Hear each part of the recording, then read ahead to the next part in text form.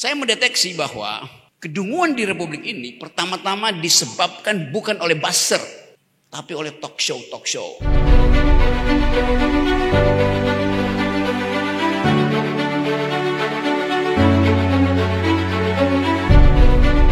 Kasus saya tentang bajingan tolol ditutup, case close di semua pengadilan baru 2 hari lalu.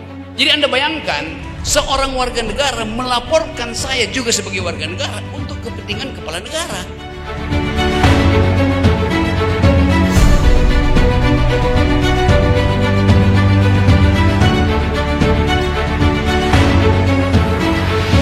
Oke teman-teman, ini saya kurang paham sebetulnya acara ini.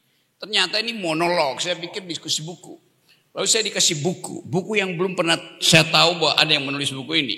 Buku yang belum pernah saya baca, disodorin ke saya nih. Apa enggak dungu panitia? Oke, saya cari akal ya buat nyari isu yang memungkinkan suasana ini dibangkitkan kembali di dalam upaya kita menghalangi kecemasan yang ditimbulkan oleh kedunguan. Bukan oleh buku ini ya, tapi oleh kedunguan ini. Oke, ini J.J. Rizal mungkin mengambil inisiatif. Ada buku saya yang pertama, itu saya cukup tahu karena itu artikel. Ternyata buku ini adalah transkrip dari ocehan saya di banyak forum itu.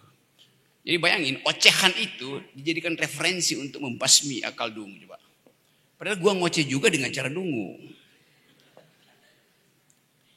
Oke, teman-teman, saya anggap bahwa ada semacam usaha untuk mencari cara, mencari koridor yang memungkinkan kita menghidupkan kembali wacana akal sehat. Saya mendeteksi bahwa kedunguan di Republik ini pertama-tama disebabkan bukan oleh buzzer, tapi oleh talk show di semua stasiun TV. No substance. Orang hanya mau cari sensasi, apalagi kalau sensasinya menghasilkan tonjok-tonjokan di atas panggung. Jadi apa yang terjadi pada kita hari ini adalah semacam kontras antara mereka yang ingin mencarikan alasan kenapa Republik ini masih harus tumbuh, dan mereka yang menganggap bahwa Republik ini biarin aja dihuni oleh the dunguis. Satu poin yang mungkin sebagai berita pertama adalah kemarin seluruh kasus saya tentang bajingan tolol ini. Oke, sekarang saya dapat konteksnya. Habis dungu terbitlah bajingan. Kasus saya tentang bajingan tolol ditutup, case close di semua pengadilan baru 2 hari lalu. Jadi Anda bayangkan seorang warga negara melaporkan saya juga sebagai warga negara untuk kepentingan kepala negara. It's stupid. Apa yang dia wakilkan, kepala negara tersinggung, oleh karena itu warga negara membela kepala negara yang tersinggung karena ucapan saya. Bajingan tolol tuh. Bagaimana kalau saya laporkan balik dia bahwa kepala negara ngakak-ngakak karena dipuji-puji oleh dia? Saya melaporkan si warga negara itu membuat kepala negara ngakak-ngakak dan itu membahayakan negara. Coba. Sama statusnya. Dia melaporkan deskripsi saya tentang keadaan pikiran dari kepala negara. Bagaimana kalau saya juga laporkan dia karena dia mendeskripsikan keadaan pikiran dari kepala negara? Sama aja kan? Deskripsi saya negatif, deskripsi dia positif. Dua-duanya deskripsi, bukan evaluasi. Kita di universitas diajar untuk mengambil jarak dari objek. Supaya bisa diperlihatkan tendensi kita untuk membongkar objek itu. Kalau saya ada di dalam objek, tidak mungkin saya bisa membongkar objek itu. Sama seperti dokter bedah, dokter Yu, Hasan nanti akan bicara tuh. Dia mesti ambil jarak dari otak supaya otak itu bisa dia bedah. Kalau dia nggak ambil jarak, artinya dia ada di dalam otak itu. Kan itu dasarnya tuh. Jadi saudara-saudara, ini berapa menit nih sesi saya ini? Panitia berapa menit nih? Sejam. Saya nggak mau tandingi seseorang yang sedang diuji doktornya di sebelah situ hari ini.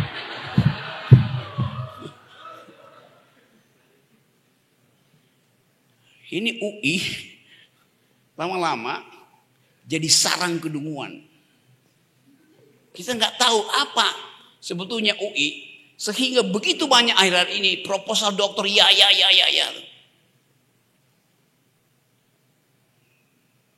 Ada poin dalam masyarakat akademisnya itu, usahakan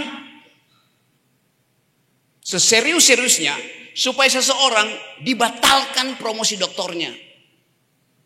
Itu baru namanya skrutinisasi akademis, bukan dimudahkan. Harus dipastikan bahwa seseorang harus dihalangi supaya dia tidak jadi doktor, tidak jadi profesor.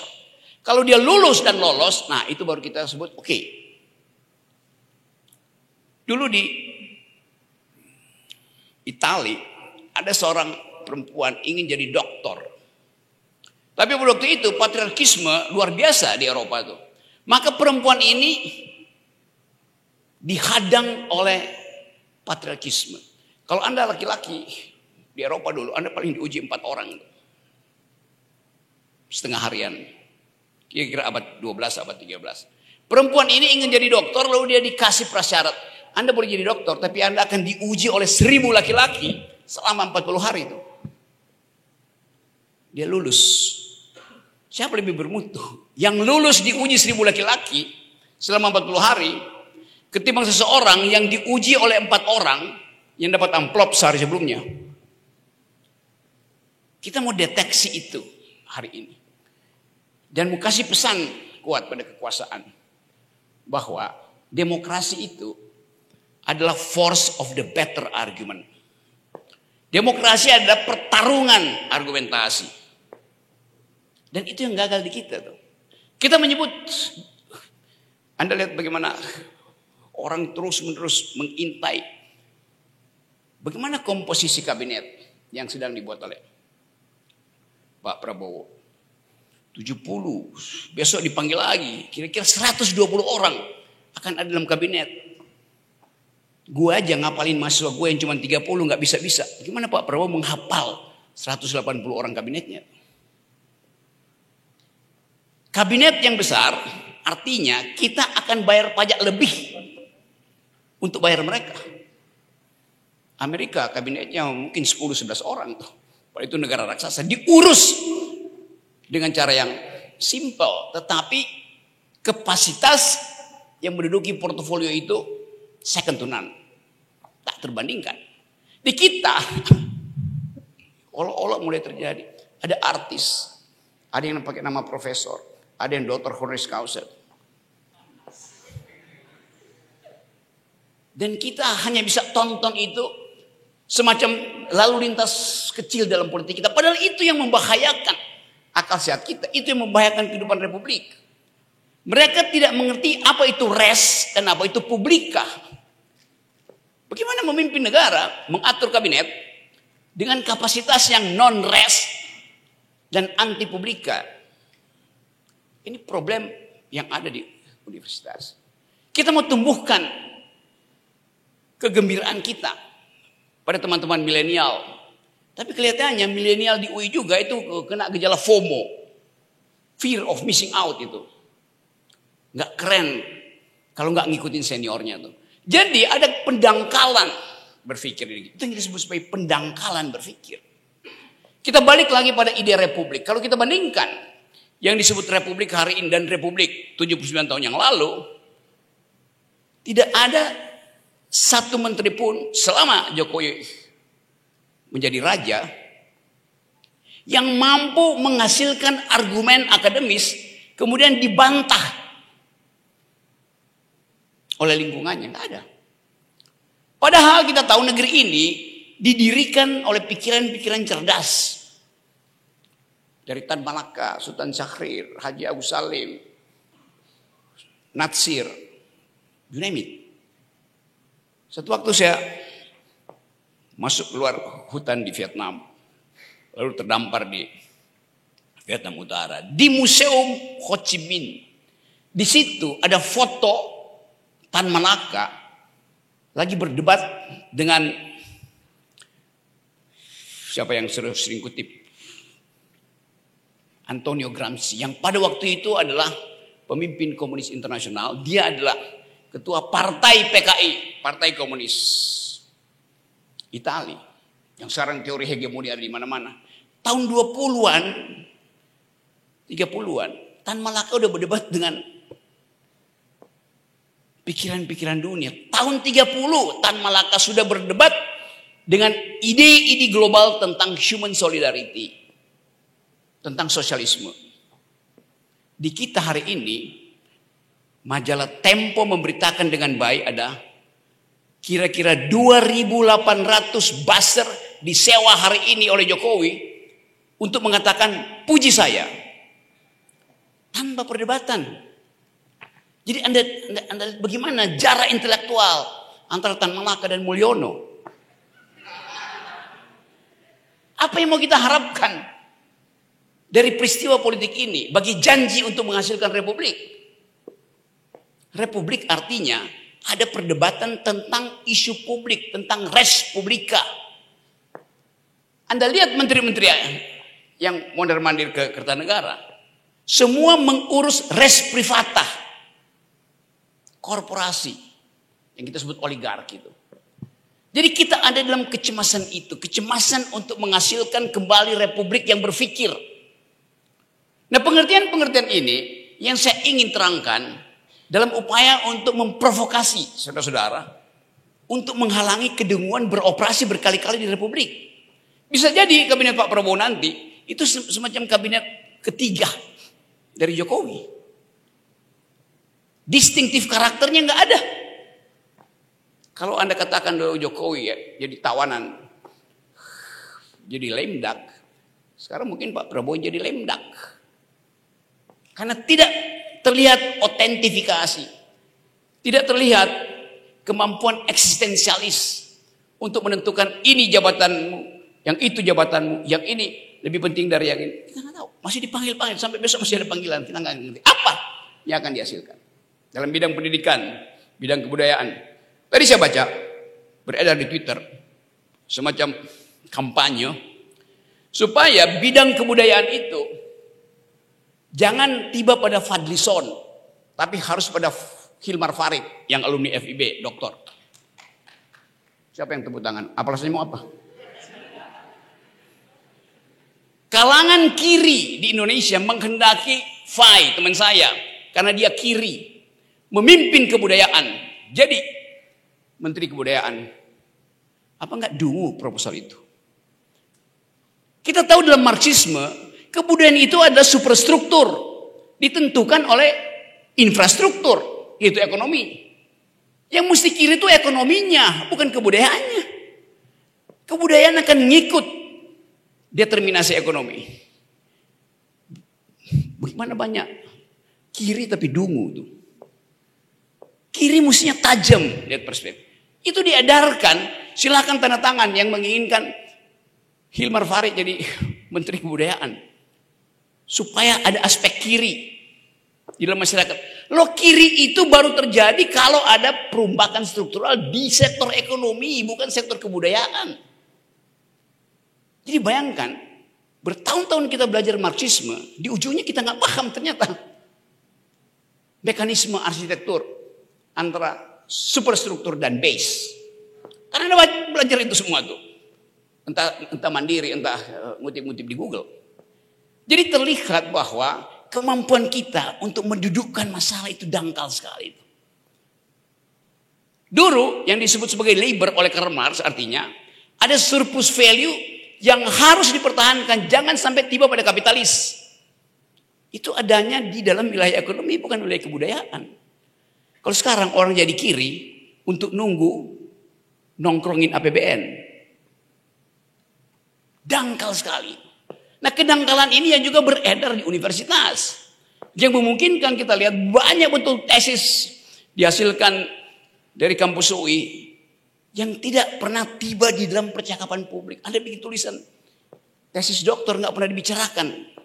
Artinya Anda tidak menyumbang pada perdebatan, pada kontroversi teoritis. Itu dasarnya tuh. Ini monolog apa ngomel-ngomel ya? Jadi teman-teman, di dalam keadaan itu, begitu banyak dosen, doktor di UI yang sok tahu atau pura-pura paham. Pura-pura paham itu bahasa gaulnya fura-fura faham alias fufu fafa.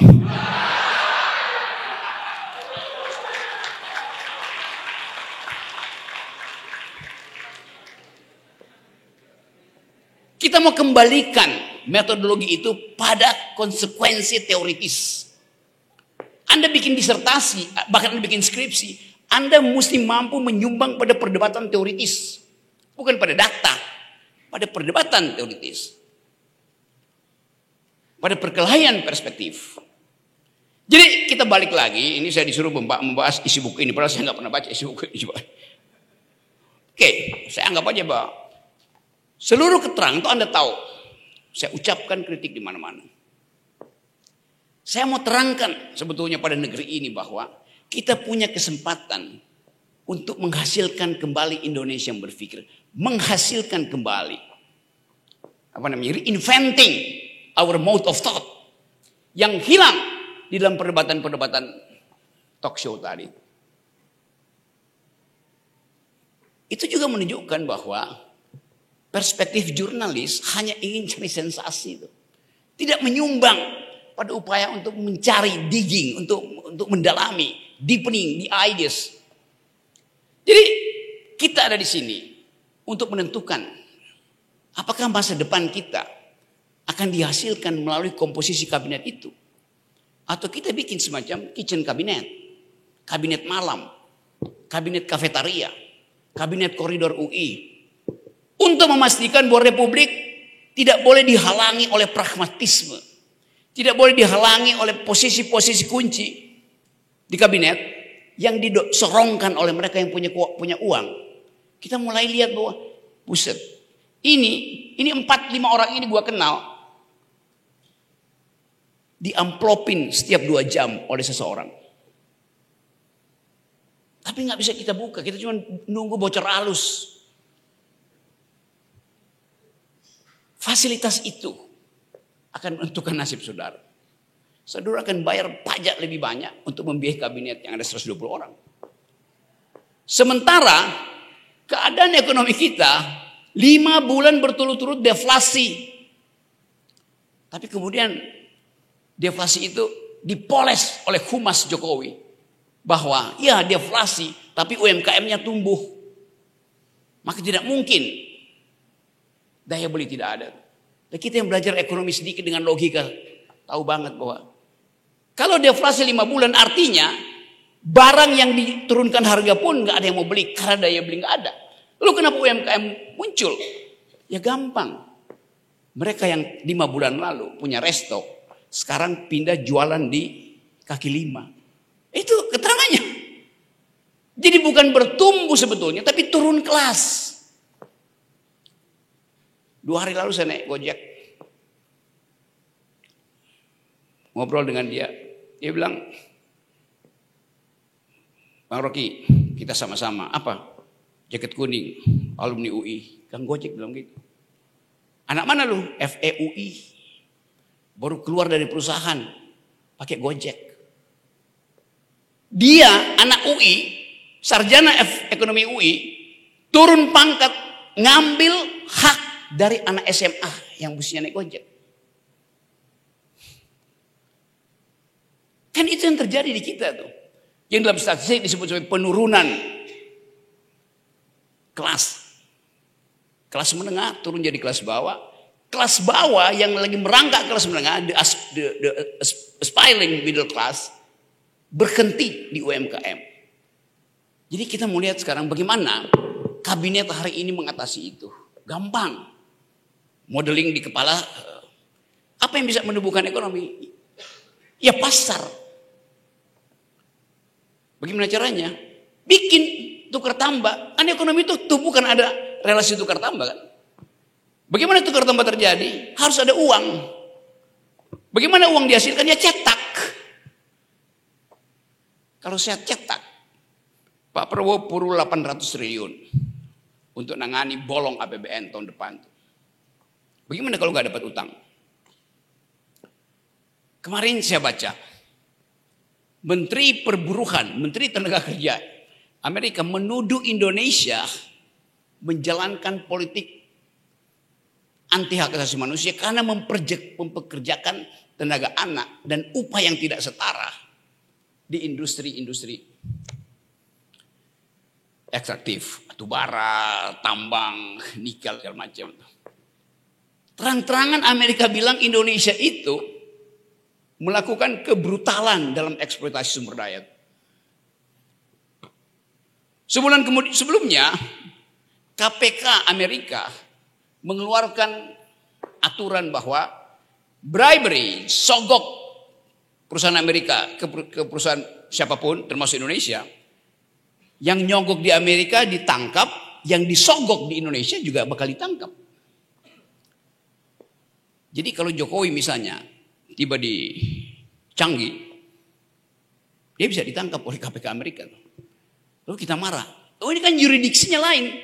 Tetapi ada dalil humanity hari ini bahwa korupsi itu adalah kejahatan terhadap humanity, kemanusiaan. Artinya dia berlaku di semua negara tuh. Siapa yang mau halangi itu? Dunia berubah. Ethics evolve. Semua problem yang tadinya dianggap problem kedaulatan sudah diterabas oleh faktor humanity. Dan itu bisa terjadi di kita hari ini. Jadi kita ada di dalam keadaan yang memungkinkan kita cemas terhadap masa depan kita. Anda dibujuk-bujuk oleh Jokowi. Anda akan jadi bonus demografi. Akan ada startup perusahaan. Salah seorang ilmuwan Indonesia tuh dipanggil dari Cina terus dikasih jabatan kabinet untuk mengevaluasi problem-problem yang menyangkut cognitive science, artificial intelligence. Tetapi badan kebudayaan kita itu adalah feodal, itu masalahnya tuh. Feodalisme bertumbuh di mana-mana. Padahal ilmu pengetahuan hanya mungkin diterbitkan kalau ada kondisi yang kita sebut sebagai argumentative society. Kita bukan argumentative society. Kalah debat, marah. Kita lebih banyak memproduksi sentimen dari memproduksi argumen. Jadi kita ada dalam kecemasan itu. Bisa nggak bangsa ini menyelesaikan problem pertama dia, yaitu pastikan bahwa ini bangsa yang berpikir. Kemungkinan itu menjadi semakin tipis ketika kita lihat komposisi kabinet yang kalau diserongkan mic oleh jurnalis ngomongnya sama dengan sang raja. Ya nggak tahu kok nanya. Anda lihat bagaimana misalnya mereka yang pulang dari Kertanegara atau dari Hambalang itu ditanya wartawan, ya sudah mungkin nanti saya akan diposisikan di sini, akan di situ. Dia tidak punya determinasi untuk mengatakan saya mampu dan karena itu saya diminta. Apa kemampuanmu? Ya nanti tunggu aja penempatan. What the fuck? Lain kalau kita ada di dalam negara yang tertutup. Ini negara terbuka. Orang mau tahu you itu jadi menteri. Bukan karena dipilih Prabowo. Tapi karena digaji oleh anak UI. Dan teman-teman UI di sekitar kita. Kan itu yang mesti ditimbulkan. Jadi dia nggak ngerti bahwa dia akan memimpin portofolio yang bisa mengakibatkan kecelakaan dalam APBN. Kalau APBN bolong, pajak pasti dinaikkan oleh Sri Mulyani. Dan Sri Mulyani sekarang jadi SPG-nya Sri Mulyono. Mundar-mandir ke Amerika, pamer-pamer. Karena UI, tapi ketagihan kekuasaan. Sebelum Sri Mulyani mengevaluasi dirinya, kenapa dia gagal, kenapa hutang kita rasionya tinggi sekali terhadap PDB. Dia udah terima perintah baru untuk jadi menteri ekonomi lagi. Menteri keuangan. Jadi apa sebetulnya yang terjadi pada bangsa ini sehingga self-criticism tidak tumbuh itu?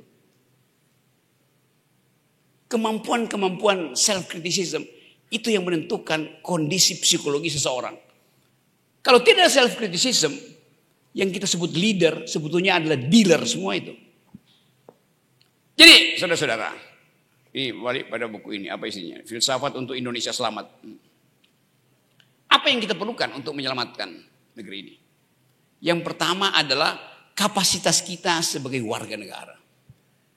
yang kemudian bertransformasi menjadi netizen yang tidak mungkin lagi dihalangi oleh sistem pengendalian informasi. Jadi kalau ada fakta, Pak Prabowo atau Jokowi bahkan bilang kita hidup di dalam dunia netizen. Lalu kenapa perlu ada menteri informasi? Tolol. Paradigma netizen itu artinya setiap orang bisa saling mencek informasi. Tidak perlu diedit oleh negara.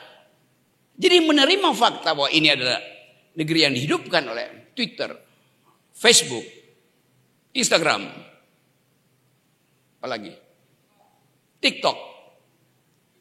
Negeri ini difasilitasi oleh lingkungan itu, oleh ekologi sosial media. Tetapi masih ada Menko Info. Gimana ceritanya? Apa enggak? Kalau tanya nanti Menteri Informasi ngurusin apa? Coba. Yang ngurusin informasi. Informasi itu diproduksi oleh siapa? Oleh negara. Berarti informasi negara itu akan mendominasi informasi publik. Berarti the big brother is watching you. Di dalam novel 1984 dari George Orwell. Jadi itu yang saya ingin kawan-kawan mahasiswa buka perspektif gitu. Kasih kritik. Begitu Anda bilang Anda netizen, Anda terhina karena masih ada menteri yang ngurusin informasi. Mestinya bikin petisi sama-sama, bubarkan Kementerian Informasi itu. Mau ngapain? Kecuali dia menterinya kita ganti jadi tower itu. BTS-nya. Jadi teman-teman semua ya, ini apa itu 10 menit lagi belum ya? Belum kayak. Dia juga nggak ngitung tadi. Oke, saya balik lagi pada kemampuan kita untuk mendialektisir masalah hari ini. Anda dikutuk oleh sejarah untuk menyaksikan perpanjangan kedunguan Republik ini. Kendati presiden udah baru, kedunguannya berlanjut. Sangat mungkin kita berpikir, berpikir positif. Nanti Pak Prabowo 100 hari kemudian nanti dia akan rubah komposisi itu. Karena sekarang yang berkuasa masih rejim Jokowi. Tapi itu juga makin mencemaskan kita. Karena pemimpin baru dia mesti bikin garis batas. Ini masa lalu, itu masa depan. Tapi kelihatannya Pak Jokowi walaupun udah mantan, tapi masih mantau. Mantan tapi masih mantau. Karena ingin memastikan bahwa dinastinya itu tidak boleh tercecer selama 5 tahun menuju 2029. Kan itu yang terjadi, psikologi itu yang terjadi itu. Jadi saudara-saudara, kalau saudara mau tanya jawab, oke, saya kasih keterangan itu dalam upaya untuk menuntun kembali negeri ini kembali pada akal pikiran. Kita merdeka karena kombinasi antara kemampuan diplomasi kita di forum-forum PBB dan kemampuan kita bersembunyi di hutan sambil menghunus bambu runcing. Tapi ini era nggak mungkin diulang. 1000 bambu runcing itu nggak ada gunanya dengan satu drone Turki misalnya. Jadi terpaksa kita kembalikan kemampuan diplomasi, kemampuan pikiran kita. Ya Anda mungkin bisa bayangkan kalau Pak Prabowo jadi presiden, dia putuskan untuk pergi terus diplomasi ke luar negeri, lalu yang tinggal mengurus negeri ini adalah Fufu Fafa itu. Jadi sekali lagi kita tahu masalahnya, tapi yang lebih penting adalah kita tahu apa penyebab masalah itu. Penyebabnya satu, kekurangan energi kita untuk bertanding secara argumen. Karena kampus yang seharusnya memproduksi argumen takut berhadapan dengan sistem kekuasaan. Itu yang terjadi. Ada argumen di kelas-kelas filsafat, ada argumen di kelas-kelas ekonomi, ada argumen di kelas-kelas hukum, di kelas kuliah ekonomi politik. Tapi itu dibatasi oleh kedudukan dia sebagai ASN. Argumennya kalah sama ASN-nya. Itu jadinya. Padahal kita tahu kampus itu nggak ada gunanya kalau nggak produksi argumen. Untuk aja sekarang mulai banyak guru besar yang mau ikut gerakan mahasiswa. Mau ikut gerakan Haris Asrar, Fathia Maulida, Bivitri. Ada yang mau ikut di situ akhirnya. Tapi lebih dari itu adalah orang-orang mediocre. UI ini isinya 97% mediocre. 3% murid gue. Itu yang terjadi, serius. Jadi, oke, saya belum tahu apa nanti impact dari uraian saya. Tapi oke, saya sebutkan ini sebagai monolog karena diminta untuk monolog. Tetapi semua log itu hanya disebut log kalau ada counter log, counter logic, counter logos. Istilah monolog kalau kita pakai simptomnya, seolah-olah itu monologos artinya satu pikiran tuh. Atau satu kali menguraikan. Logos hanya disebut logos kalau ada counter logos. Logic is logics. Kalau dia bertemu dengan counter logics itu. Pikiran hanya disebut pikiran kalau ada pikiran yang menandingi. Saya sudah uraikan itu dalam versi saya. Silahkan versi saudara. Terima kasih.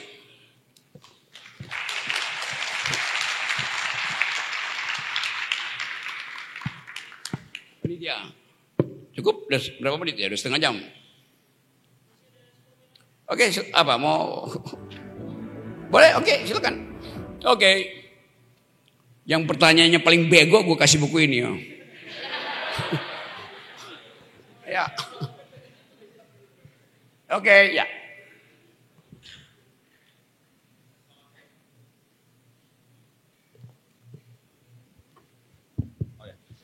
Oke, selamat sore Bung Rocky Gerung. Saya Syed dari Filsafat UI.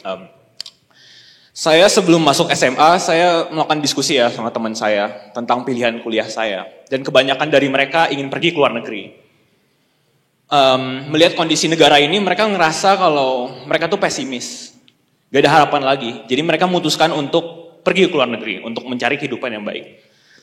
Dalam sisi yang lain, saya merasa bahwa agak sedih jika kita meninggalkan Indonesia ini di bawah kehancuran kedunguan-kedunguan pemerintahan yang sekarang. Dalam satu sisi saya punya hati nurani untuk mengatakan saya ingin berkontribusi, tapi agak susah untuk berkontribusi ketika sistem dari atas ke bawah aja udah hancur. Jadi saya mau gimana gitu kalau untuk berkontribusi dalam pemerintahan negara ini. Apakah pilihan mereka untuk tinggal di luar negeri atau tidak memikirkan itu karena pesimis itu adalah pilihan yang baik? Atau gimana? Apakah masih ada harapan untuk negara ini untuk tidak hancur? Oke. Setahun lalu pertanyaan yang sama diajukan tetapi dalam intensi yang berbeda. Satu waktu saya kasih kuliah di Turki. Mahasiswa datang di situ. 2 mahasiswa Indonesia perempuan dari ITB angkat tangan. Pak Rocky, saya punya dilema. Kenapa lo? Kami berdua dapat beasiswa dari negara, apa namanya, LPDP, dan kami baru menyelesaikan tesis doktoral kami. Oke, bagus gue bilang. Tapi kalau kami tidak pulang ke Indonesia, pembenaran filosofisnya apa? Gitu kira-kira. Saya tanya kenapa? You gak mau pulang. Dilema saya, kata dia, kata 2 perempuan ini, saut-sautan. Saya merasa bertanggung jawab secara moral untuk mengembalikan beasiswa itu pada negara dalam bentuk pengabdian itu. Oke, saya mulai paham. Oke. Ya balikin aja kan. Ya kalau saya balikin, saya mesti kerja dulu tuh. Ya balik aja buat kerja kan. Nah itu masalahnya. Kalau saya balik ke Indonesia dan kerja, hari pertama saya akan dipanggil oleh bos saya. Untuk pekerjaan yang sama, apa itu? Manipulasi anggaran. Jadi bayangkan dia dengan kejujuran pergi belajar, kalau dia balik dia masuk lagi dalam infrastruktur korupsi. Apa itu manipulasi anggaran? Ya secara disuruh untuk markup. Jadi saya bisa bayangkan dia belajar di Eropa dalam sistem yang tidak boleh ada korupsi. Dia dapat biaya dari negara, tapi kalau dia pulang dia kembali berhubungan dengan atasannya yang adalah koruptor. Lalu saya bilang nggak usah pulang. Tapi patriotisme, go to hell with patriotism. Patriotisme artinya membela patriot, bukan patriark. Patriot artinya tanah kelahiran itu. Tapi kalau tanah kelahiran dihuni oleh bajingan-bajingan, ngapain lu pulang? Dan mudah-mudahan mereka terima anjuran saya supaya nggak pulang. Nanti kita didenda, diperkarain. Gue bilang lu pulang, ntar gue embelain lu. Jadi itu dilema itu ada di situ. Tapi saya anggap bahwa orang itu jujur mengatakan bahwa dia merasa bersalah kalau tidak pulang. Tetapi dilema itu mesti ada yang bantu memecahkan. Karena dia dikondisikan sebagai pengkhianat negara kalau nggak pulang. Nyolong, udah dibiayain negara nggak mau balik. Kita mesti lihat prima facie value-nya di dalam hierarki etika apa namanya kalau belajar filsafat, etika deontologinya, demasnya mana yang lebih tinggi, ethics masnya itu, ya nggak usah pulang. Dia tidak berkhianat karena dia memutuskan dengan cara sendiri itu. Orang yang memutuskan dengan cara sendiri dia netral. Karena dia bertanggung jawab. Anda boleh pilih jadi koruptor. Tapi Anda mesti pastikan Anda adalah koruptor yang berintegritas itu. Dengan cara apa? Kalau Anda ketangkap tangan, jangan menolak dipakein baju orange. Kalau Anda masuk pengadilan, jangan minta pengampunan dengan berdoa. Lalu pakai jilbab. Biasa aja bilang saya koruptor. Saya memilih jadi koruptor, saya bertanggung jawab atas pilihan saya bersedia dihukum. Itu namanya koruptor yang berintegritas. Begitu caranya. Jadi orang memilih, kata Aristotle, setiap orang punya telosnya sendiri. Yang dia pilih atas dasar pertimbangan tanggung jawab dia. Anda mau pilih jadi hakim, oke. Tapi jadi hakim sebagai pemberi keadilan. Bukan penerima amplop. Anda menjadi ustadz, silahkan. Itu telosmu tuh. Tapi tetap jadi ustadz. Kendati nggak ada kamera di situ. Karena banyak ustadz nunggu kamera. Supaya bisa diundang lagi. Jadi itu yang kita sebut sebagai integritas orang itu. Ada di dalam pilihan dia sendiri. Sama kalau saya lagi kritik-kritik Jokowi. Pak Rocky netral dong. Jangan kritik Jokowi tuh. Netralnya bagaimana maksudnya tuh? Ya mesti apa namanya tuh? Tidak berpihak. Oke, saya bilang oke. Saya tidak berpihak. Nah, itu yang bagus. Saya tidak berpihak karena Anda suruh saya tidak berpihak.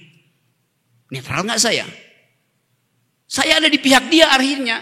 Dia suruh saya tidak berpihak. Artinya saya harus pro dia sebagai pihak. Jadi netral artinya Anda memutuskan sendiri, Anda bertanggung jawab sendiri, itu namanya netral. Netral bukan berarti ini tidak. Bukan itu yang namanya netral. Artinya value Anda tidak bisa diuji, itu namanya pengecut namanya tuh. Oportunis. Jadi sekali lagi buat tidak jadi oportunis, pilih aja. You mau apa di situ dengan pertanggungjawaban. Kalau Anda merasa oke, Anda nggak berguna, pergi ke luar negeri, ya udah tinggal di sini. Anda bilang Anda nggak berguna, ada di sini pergi ke luar negeri. Kalau Anda bisa anggap di sini nggak berguna, di sana nggak berguna, ya oke, naik ke Monas, bunuh diri. Oke ya. Oke. Yes. Oke, lu di depannya. Tolong kasih tahu ya kalau 10 menit ada sesi orang lain ya. Oke. Ya. Boleh tunjuk tangan ulang. The next 5 minutes. Mana. Oke.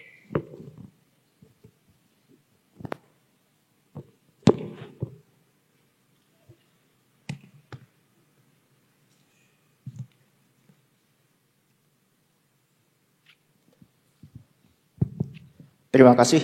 Perkenalkan, saya Fadli. Saya mahasiswa akuntansi dari Institut Bisnis dan Komunikasi Swadaya. Saya punya keresahan tentang Indonesia kita dipertontonkan dengan kedunguan dari penguasa. Yang jadi keresahan saya dan jadi pertanyaan saya kepada Bung Rocky adalah, kita tahu kedunguan ini dari penguasa.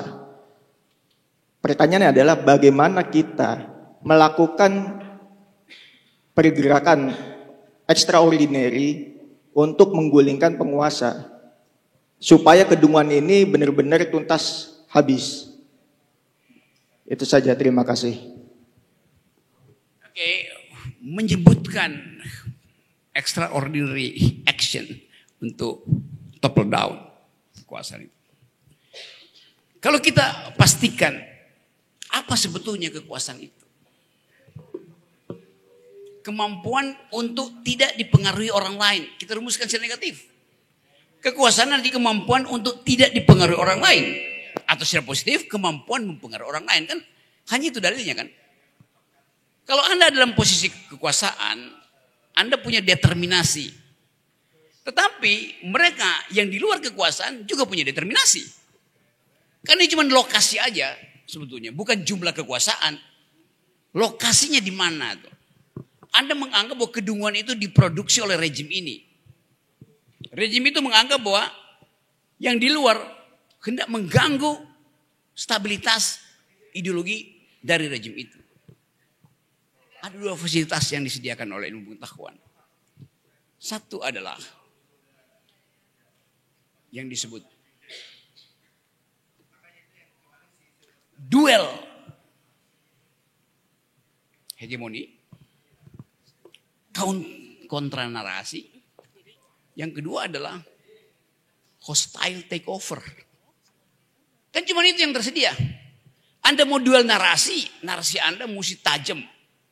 Anda mau duel narasi, Anda mesti persiapkan diri mengorbankan kenikmatan yang lain Anda. Karena duel narasi itu complicated. Anda ngomong satu kali, buzzer udah siap untuk nyerbu Anda, 300 buzzer menunggu Anda. Anda tidak kalah argumen, Anda kalah waktu. Buzzer tidak menghitung argumen. Dia cuma menghitung, saudara Rocky Gerung diperintahkan oleh kakak senior, hentikan dia dalam 20 detik. Buzzernya, karena itu bekerja dengan waktu. Hostile takeover artinya punya counter power yang lebih kuat dari yang ada. Dalam bentuk yang lebih sosiologis, ya namanya revolusi itu. Jadi kita dalam pilihan itu tuh. Saya mungkin gak mampu untuk menerangkan apa yang akan dilakukan. Tetapi selalu ada dalil dalam sosiologi bahwa akumulasi dari narasi itu akan menghidupkan perlawanan. Dan saya kira dalam seminggu itu narasi itu juga akan tumbuh dengan cepat.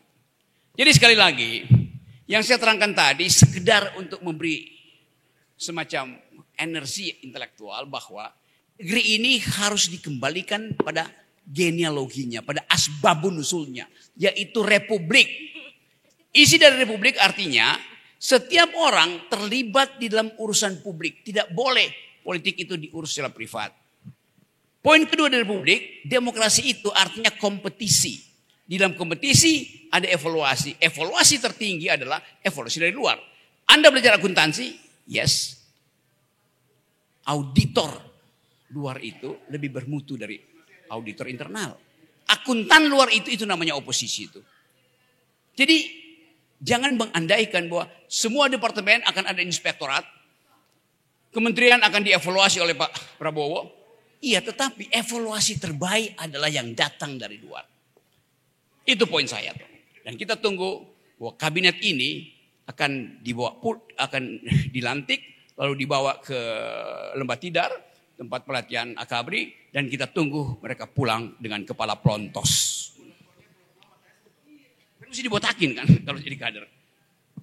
Ya mudah-mudahan isi kepalanya tidak berkurang setelah mengikuti kegiatan fisik itu. Karena kita paham bahwa demokrasi adalah force of the better argument. Oke? Assalamualaikum warahmatullahi wabarakatuh. Salam akal sehat.